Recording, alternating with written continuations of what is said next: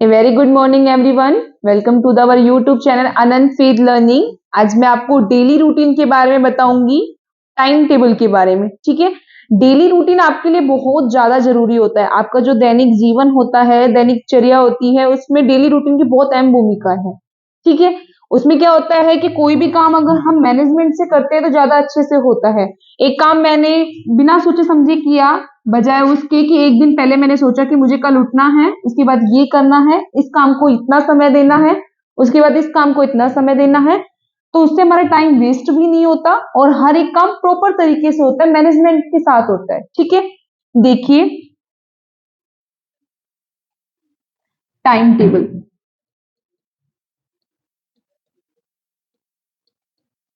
Time table में विशेष पढ़ाई के लिए ज्यादा बनवा रही हूँ कि इस पे आपका पढ़ाई का मेन फोकस होना चाहिए। 10 से 12 घंटे आपको पढ़ाई की देनी है। जब आप 10 से 12 घंटे पढ़ाई को दोगे तब जाके आपके महीने की एवरेज 10 घंटे निकलती है, क्योंकि महीने में 3 4 5 दिन ऐसे भी होते हैं जिसमें आप पढ़ाई नहीं कर पाते हो। कभी स्ट्रेस रहता है, कभी फैमिली का कोई काम रहता है, या कभी आपको सेल्फ खुद का काम होता है कि मुझे कहीं आना जाना पड़ गया उसकी वजह से। ठीक है, और आप सोचें कि जिस तरह से हमारी नींद खुली उस टाइम मैंने पढ़ना स्टार्ट कर दिया, जब मुझे नींद आई मैं सो गया, इस तरीके से पढ़ाई नहीं हो सकती। ठीक है, एक प्रॉपर टाइम टेबल होना चाहिए, एक प्रॉपर डेली रूटीन होना चाहिए। ठीक है, तो देखिए सबसे पहले आप 4 बजे उठ जाइए। 4 से 4:30 तक आप उठिए, wake up, fresh and drinking water, पानी वगैरह पीजिए। ठीक है, 4:30 के बाद 7:30 तक आप स्टडी कीजिए। ठीक है, 3 घंटे।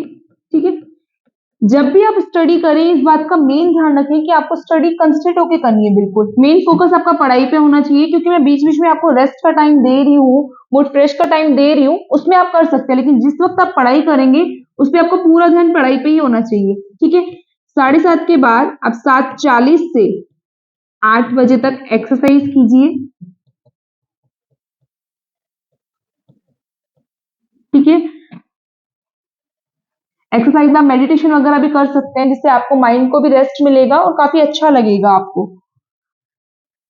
8 बजे के बाद आप 10 बजे तक, ठीक है, 10 बजे तक आप ब्रेक लीजिए, उसमें आप शावर ले लीजिए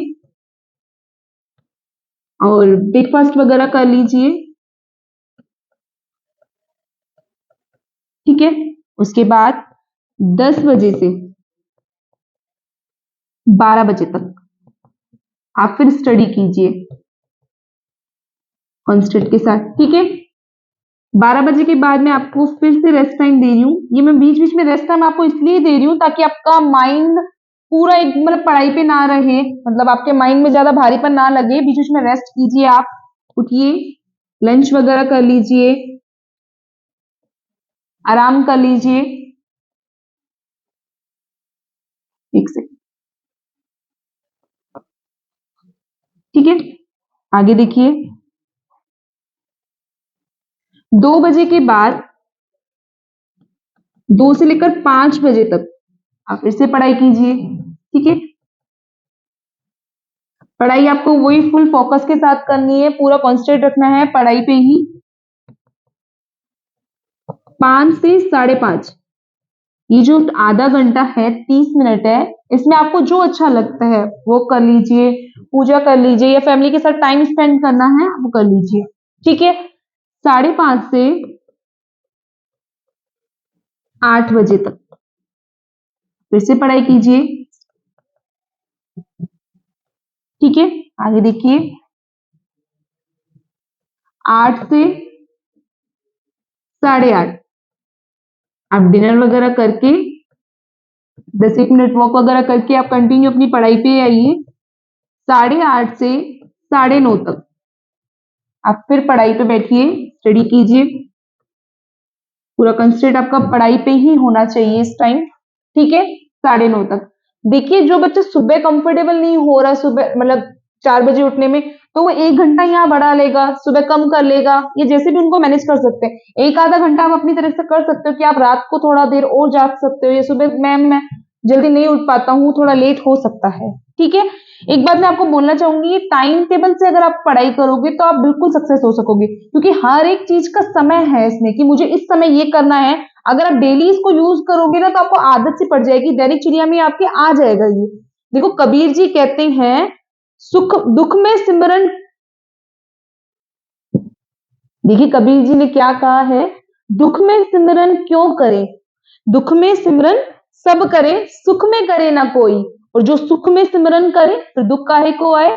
ये इसलिए ही कहा है कबीर जी ने कि जब आप एक समय पे तो बहुत ज्यादा लापरवाही कर रहे हैं, और जब पेपर आ गया, आपके पास बहुत सारा बोझ आ गया, अब मैं इस टाइम भी पढ़ लूं ना, मैं खाना खाऊं टाइम से, ना मैं उठूं ना बैठूं, इस टाइम भी पढ़ लूं, ठीक है। अगर आप शुरू से ही अपने टाइम टेबल को फॉलो करके पढ़ते, तो मुझे सुबह इस टाइम पढ़ना है, इस टाइम एक्सरसाइज करनी है, इस टाइम मुझे खाने का टाइम है, ब्रेकफास्ट का टाइम है, तो हर एक काम आपका प्रॉपर होता, मैनेजमेंट के साथ होता, ठीक है। देखिए इसके साथ साथ कहीं भी आपको लापरवाही नहीं करनी है, मतलब आपने जब सेशन स्टार्ट हुआ उस टाइम तो बहुत ज्यादा लापरवाही कर दी, मतलब एक सब्जेक्ट को तो बहुत ज्यादा ध्यान दे दिया, एक सब्जेक्ट पे ध्यान ही नहीं दिया, ठीक है। तो हर एक चीज का प्रॉपर टाइम टेबल होना चाहिए, मुझे इस समय उठना है, इस समय मेरा ब्रेकफास्ट का टाइम है, लंच का टाइम है, इस समय मुझे इस सब्जेक्ट को देना है।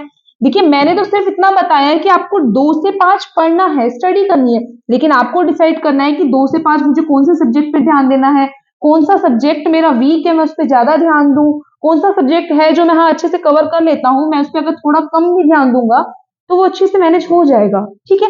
और एक और बात, जब भी आप 9:30 या 10 जितने बजे भी सोएं, अगले दिन का टारगेट एक दिन पहले ही डिसाइड करके सोएं, ठीक है। कि आपका माइंड सेट होना चाहिए कि मुझे अगले दिन क्या करना है, कल मुझे क्या करना है, कितने बजे उठना है, उसके बाद क्या करना है, कैसे करना है, हर एक चीज का टाइम टेबल होना चाहिए। और ये टाइम टेबल 1-2 दिन नहीं, कंटिन्यू आपका चलना चाहिए, आपके आदत में आना चाहिए, आपकी एक अच्छी हैबिट होनी चाहिए कि मुझे सारा काम टाइम टेबल के अकॉर्डिंग ही करना है। इसी तरीके से आप हमारे चैनल से जुड़े रहिए, लाइक शेयर एंड सब्सक्राइब कीजिए। Thank you so much.